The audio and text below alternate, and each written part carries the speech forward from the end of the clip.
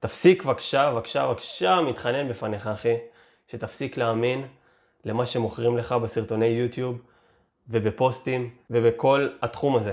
אין שקר יותר גדול מלהגיד שזה קל להצליח בתחום הזה. אין שקר יותר גדול מזה. אותם אנשים ומאמנים שאומרים לך שזה קל, הם באים מנקודה שזה כבר נשכח מהם. הם יגידו לך רק את הדברים שישאבו אותך פנימה, את הדברים שהכי מוכרים. אותו דבר הסרטוני שטח. נדירים הסרטונים שיהיו מההתחלה עד הסוף. כל האינטראקציה. למה עושים את זה?